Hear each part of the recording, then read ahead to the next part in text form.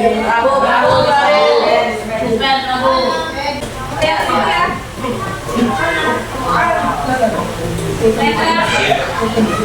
Ayo. Fikri. Apa lagi? Alif. Anas. Abuna. Siapa Arya? David. Adit. Amin. Adit. Ikram. Fahri. Pakan. Apa? Nada. Apa Vicky? Apa Garo?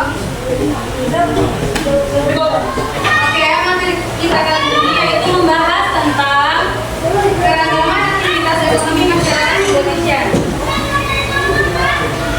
Tujuan pembelajaran yang pertama ada mendeskripsikan keragaman bentuk muka bumi terhadap keragaman aktivitas ekonomi masyarakat. Yang kedua ada mendeskripsikan keragaman dalam kehidupan sosial masyarakat Indonesia. Yang ketiga ada merencanakan ide pengembangan sebuah usaha perdagangan dalam mendukung perdagangan antar pulau. Nah, yang akan kita pelajari yaitu yang pertama bagaimana proses geografis memengaruhi aktivitas ekonomi. Yang kedua, bagaimana pemanfaatan lingkungan sekitar dalam pemenuhan kebutuhan ekonomi. Yang ketiga, ada bagaimana perdagangan antar pulau dapat terjadi di Indonesia. Nah, bisa dibuka bukunya halaman 69. Ya Kak? Bagaimana proses geografis memengaruhi aktivitas ekonomi. Pengaruh cuaca dan iklim bagi kehidupan. Perubahan cuaca dan iklim mempunyai pengaruh terhadap segala aktivitas manusia dalam segala bidang. Nah, yang pertama ada bidang transportasi dan perhubungan.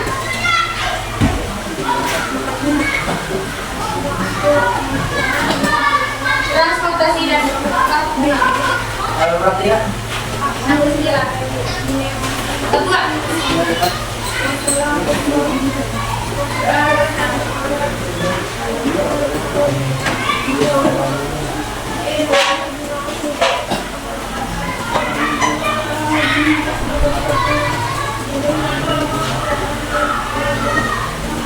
Nah, bidang transportasi dan perhubungan ini dipengaruhi dengan adanya cuaca, suhu, dan kecepatan angin. Transportasi dan perhubungan. Selanjutnya ada bidang pertanian.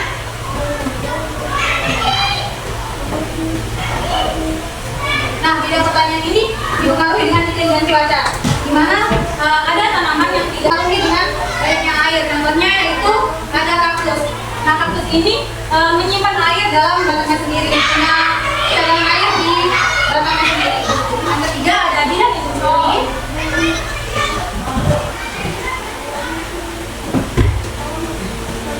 Industri tradisional ini sangat membutuhkan sinar matahari. Contohnya di bidang industri garam, batu bata, dan kuku. Itu sangat membutuhkan sinar matahari yang cukup. Selanjutnya ada bidang kesehatan.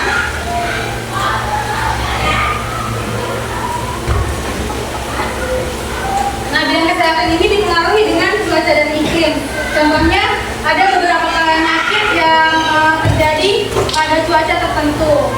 Misalnya penyakit yang disebabkan oleh nyamuk, yaitu demam berdarah dan malaria. Selanjutnya ada bidang lingkungan. Nah, selanjutnya ada bentuk muka bumi di Indonesia. Bentuk muka bumi di Indonesia ini memiliki keragaman baik lautan ataupun daratan. Perubahan bentuk bumi dipengaruhi oleh tenaga endogen dan tenaga eksogen.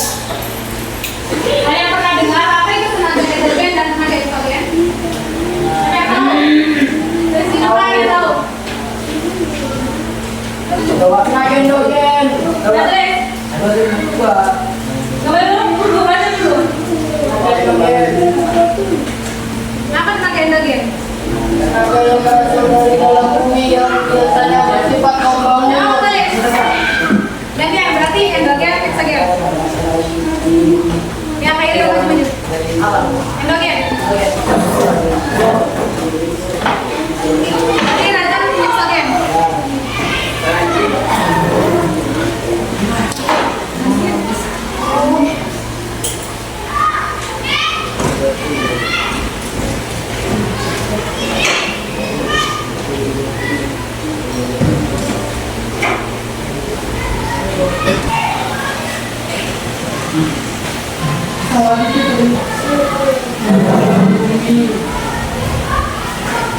yang bersifat membangun.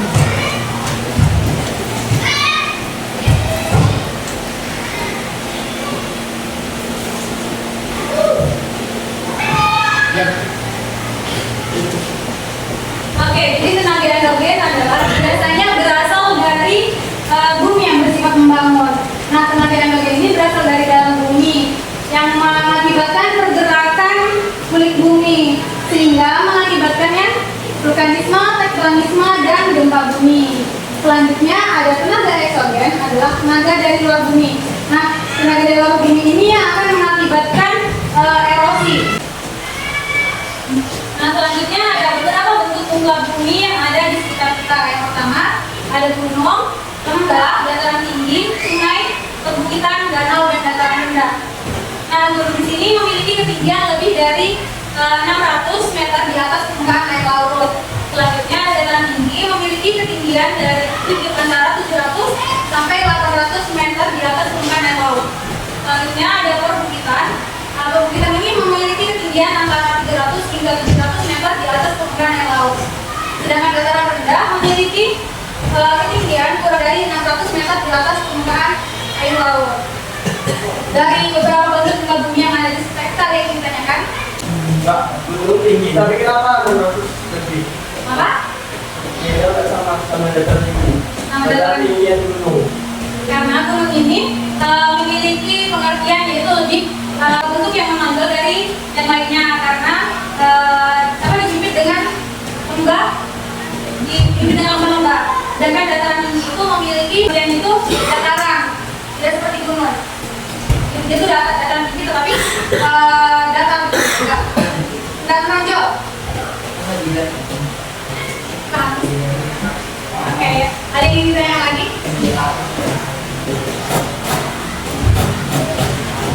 Selanjutnya ada aktivitas ekonomi. Sebelum lanjut ke aktivitas ekonomi, kita akan menyaksikan video dulu ya tentang keragaman aktivitas ekonomi.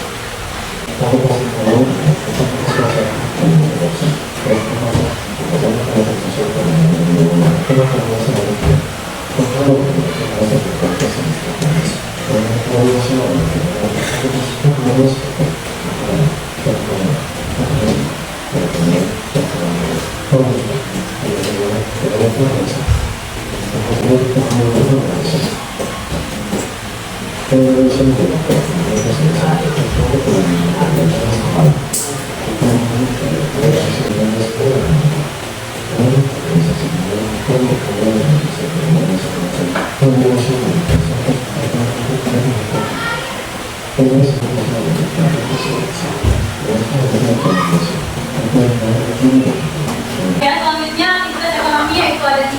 Kegiatan ekonomi terdiri dari 3, yaitu ada produksi,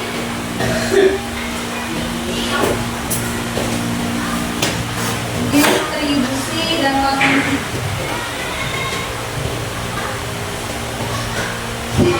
Nah, produksi ini adalah proses menciptakan barang atau jasa untuk memenuhi kebutuhan. Sedangkan distribusi yaitu kegiatan menyalurkan barang atau jasa untuk memenuhi kebutuhan atau keinginan manusia. Selanjutnya ada konsumsi.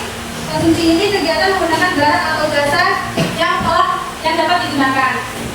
Selanjutnya, bagaimana proses perdagangan antar pulau dapat terjadi di Indonesia?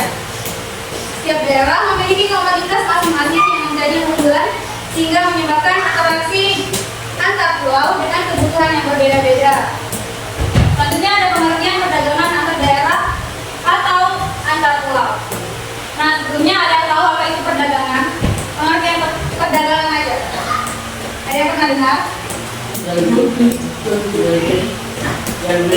Jual beli. Ya benar. Perdagangan itu bisa disebut dengan jual beli. Nah, perdagangan ini adalah kegiatan tukar menukar yang terjadi berdasarkan unsur kesepakatan tanpa ada unsur kepaksaan. Nah, selanjutnya ada tujuan perdagangan antar pulau. Yang pertama ada memperoleh keuntungan. Ada yang tahu gimana sih memperoleh keuntungan itu dalam perdagangan? Gimana cara memperoleh keuntungannya? Kenapa?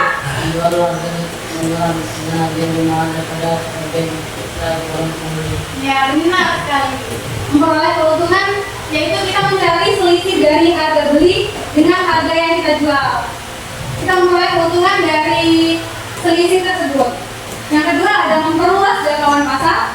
Memperluas jangkauan pasar ini kita berdagang ke luar pulau atau keluar daerah. Selanjutnya ada faktor mendorong perdagangan antar pulau. Yang pertama ada perbedaan sumber daya alam yang dimiliki. Nah, dari faktor industri tersebut kita akan mendorong perdagangan antar pulau. Akan terjadi pendorongan perdagangan antar pulau. Selanjutnya ada perbedaan tingkat harga antar daerah. Nah, tingkat harga setiap daerah itu memiliki harga yang berbeda-beda sehingga menyebabkan pendorongan terhadap perdagangan antar pulau. Selanjutnya ada manfaat perdagangan antar pulau. Yang pertama meningkatkan produktivitas produsen. Yang kedua menyediakan alternatif pemenuhan kebutuhan konsumen. Yang ketiga ada memperluas kesempatan kerja bagi masyarakat. Nah, memperluas kesempatan kerja bagi masyarakat ini bisa kita adakan lapangan pekerjaan sehingga akan ada tenaga kerjaan dari pekerjaan tersebut. Dari manfaat perdagangan antar pulau ada yang ditanyakan? Nanti salah. Kedua apa? Dua tiga. Oke.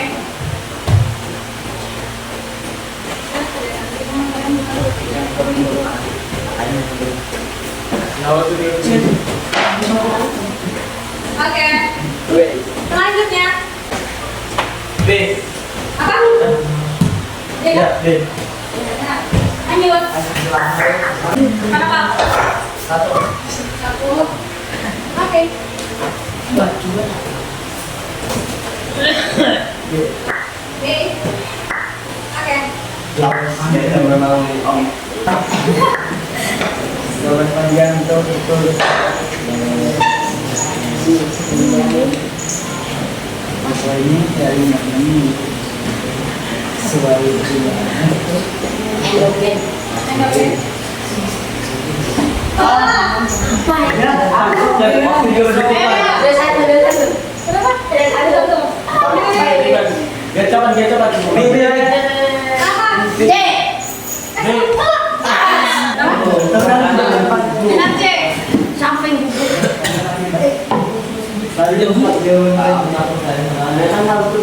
betan. Tadi pada diri sendiri. Jangan beri saya. Kalau tidak ada, sekian dan terima kasih.